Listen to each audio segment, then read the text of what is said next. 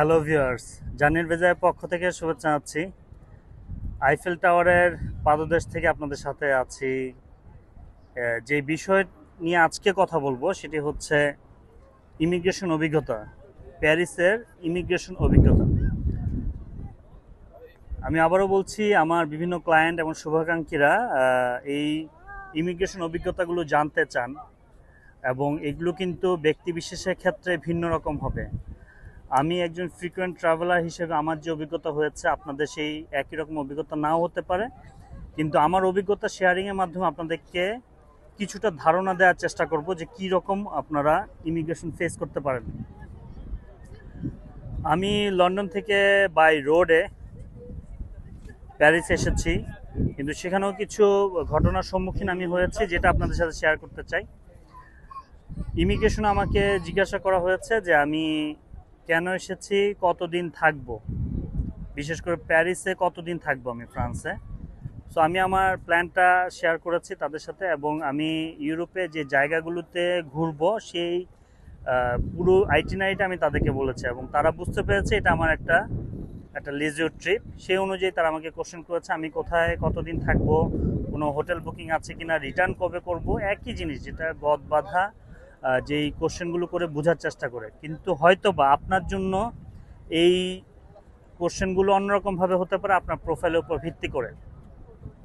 আরেকটি যে অভিজ্ঞতা আমি আপনার সাথে শেয়ার করতে চাই, আমার এই ট্রাভেলে আমি দেখেছি আমার সাথে বলিভিয়ার একটা ফ্যামিলি, চারজনের একটা ফ্যামিলিকে ডিপোর্ট করা হয়েছে এবং এটা একদম আমার সামনেই হয়েছে। আমার বাসেই তারা ছিল, তাদেরকে ডিপোর্ট করা হয়েছে প্রয়োজনীয় কাগজপত্র এবং যথাযথভাবে উত্তর না দিতে পারার কারণে। আলটিমেটলি এই ইনসিডেন্টের কারণে আমার এই ট্রাভেলটা অনেকটা সময় লেগেছে ট্রাভেল করতে।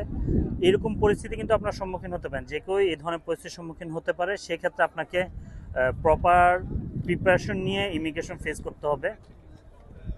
আমার এই ফ্রান্স ট্রিপে আমি কয়েকটা টপিকস নিয়ে আপনার সাথে কথা বলবো, তার ভিতরে এই ইমিগ্রেশন রিলেটেড ইস্যুটা ছিল।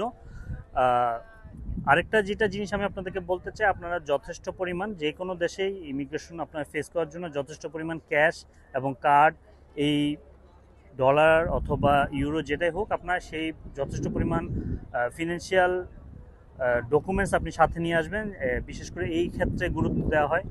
আপনার স্যানজেন ভিসা আছে বলে আপনি ইউরোপে আপনাকে ঢুকতে দেওয়া হবে, এই জিনিসটা কিন্তু এরকম না। প্রত্যেকটা ইমিগ্রেশনের রাইটস আছে আপনাকে রিফিউজ করে আপনাকে ডিপোর্ট করার। সো প্রপার প্রিপারেশন নিয়ে আসলে আমি আশা করি আপনাদের ট্রাভেল অথবা যদি আপনি বিজনেস পারপাসেও আসেন তাহলে বিজনেস রিলেটেড ডকুমেন্টস নিয়ে আসবেন, তাহলে আপনি প্রপারলি ইমিগ্রেশনগুলো কমপ্লিট করতে পারবেন এবং কোনো ঝামেলা ছাড়াই আপনার এই ট্রিপগুলো আপনি করে যেতে পারবেন।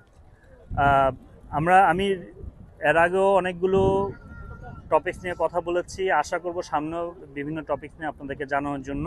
আপনাদের যে কোনো মতামত অথবা জিজ্ঞাসা আমাদেরকে জানাতে পারেন, আমাদের হটলাইনে যোগাযোগ করতে পারেন। জার্নি অ্যাডভাইজারের সাথেই থাকবেন, ভালো থাকবেন। আবারও বলছি, আইফেল টাওয়ারের পাদদেশ থেকে জার্নি অ্যাডভাইজারের পক্ষ থেকে আপনাদেরকে শুভেচ্ছা জানাচ্ছি, ইউরোপ ট্যুরের জন্য আমন্ত্রণ জানাচ্ছি। ভালো থাকবেন, ধন্যবাদ।